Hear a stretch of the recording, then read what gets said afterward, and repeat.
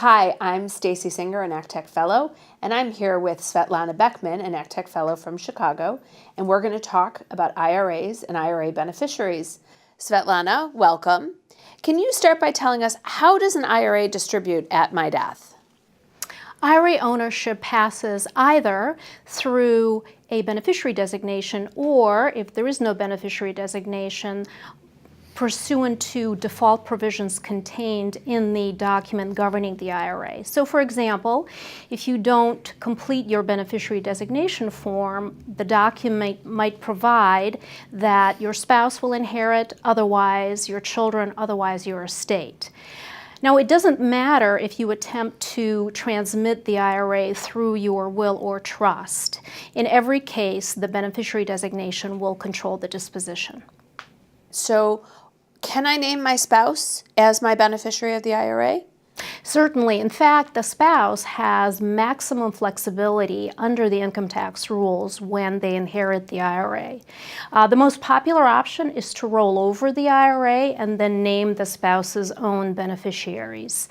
And going forward, the spouse will be treated for income tax purposes as though they were the original owner of the IRA. So, as an alternative to my spouse, could I name a trust as the IRA beneficiary? You can certainly name the trust. You do want to keep in mind that unless the trust satisfies certain particular income tax rules, the rate of distribution of IRA and also the rate at which the proceeds are subject to income tax may be higher than if individuals were named directly. And I would say that the IRA owner should really be prepared for a trade-off between the benefits of a trust, which includes professional asset management as well as creditor protection of the beneficiaries, and income tax stretch. And by income tax stretch, I mean the ability to distribute IRAs over a life expectancy of an individual. So, can I name my kids as a beneficiary directly? You can name the kids as beneficiaries directly, certainly. You want to keep in mind that they will be able to withdraw the assets immediately and in full if named as beneficiaries. And so if the amount is large enough and the kids are perhaps too young, you might want to think about whether they have the maturity to handle the financial responsibility. Also, you might consider a generic beneficiary designation if that's acceptable to the custodian, such as to my children, to my then living children in equal shares, or to my then living descendants per stirpes. And that type of designation should work even if the deaths occur out of the natural order where the child predeceases the parent.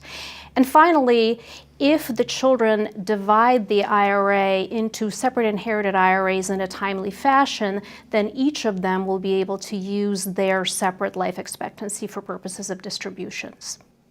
What about charity? Can I name a charity as the beneficiary of the IRA? A charity might be a particularly good choice as an IRA beneficiary.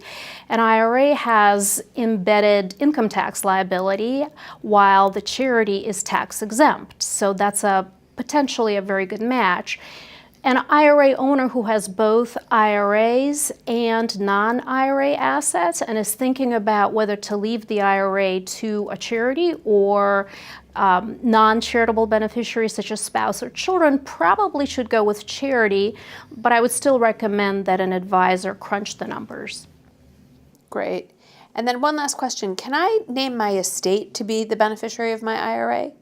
Certainly from a property law perspective, an estate can be named as beneficiary, but keep in mind that an estate does not have a life expectancy, so the stretch that would be available is limited to the larger of or the longer of 5 years and the remaining life expectancy of the IRA owner.